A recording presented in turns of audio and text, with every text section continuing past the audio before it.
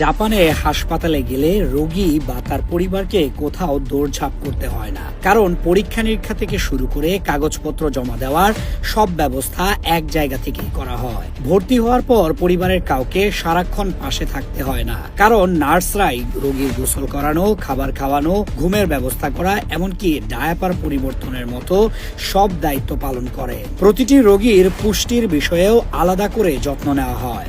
একজন ডায়েটিশিয়ান শারীরিক অবস্থার ভিত্তিতে খাদ্য তালিকা তৈরি করেন এবং নার্সরা নির্দিষ্ট সময়ে খাবার, ফল, দুধ ও তার পুষ্টিগুণ লিখে সরাসরি রোগীর কাছে পৌঁছে দেন। খরচের দিক থেকেও রয়েছে অনন্য নিয়ম। হাসপাতালের মোট বিল যতই হোক না কেন, রোগীকে সর্বোচ্চ প্রায় $250 পর্যন্তই পরিশোধ করতে হয়। এখানকার হাসপাতালে উচ্চ পদস্থদের জন্য কোনো আলাদা ভিআইপি কক্ষ নেই।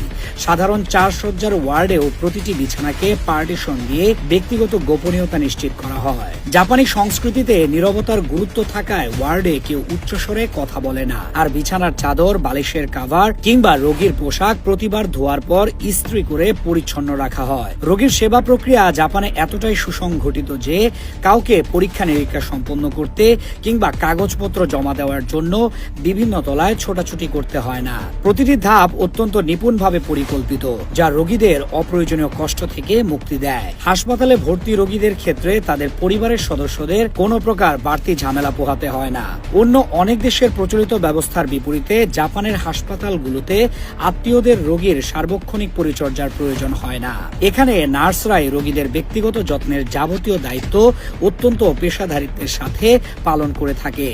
যারা নিজের যত্ন গ্রহণে অক্ষম তাদের গোসল করানো, খাবার পরিবেশন, ঘুমানোর ব্যবস্থা করা, এমনকি ডায়াপার পরিবর্তনের মতো সংবেদনশীল কাজগুলো নার্সরা পরম মমতায় সম্পন্ন করে। পুষ্টির দিকটিও এখানে অত্যন্ত ব্যক্তিগত গুরুত্ব সহকারে দেখা হয়। একজন ডায়েটিশিয়ান প্রতিটি রোগীর শারীরিক অবস্থা ও প্রয়োজন বিবেচনা করে খাবারের তালিকা প্রস্তুত করেন এবং নার্সরা প্রতিটি খাবার, ফল ও দুধের পুষ্টিগুণ উল্লেখ সহকারে সরাসরি রোগীর বিছানার পাশে পৌঁছে দেন। এই সামগ্রিক ব্যবস্থা রোগীর শারীরিক সুস্থতার পাশাপাশি মানসিক স্বস্তির জন্য অত্যন্ত গুরুত্বপূর্ণ। জাপানের স্বাস্থ্যসেবা ব্যবস্থার এক অন্যতম দিক তার আর্থিক কাঠামো, যা সকল স্তরের রোগীদের জন্য চিকিৎসা সেবাকে সহজলভ্য করে তুলেছে।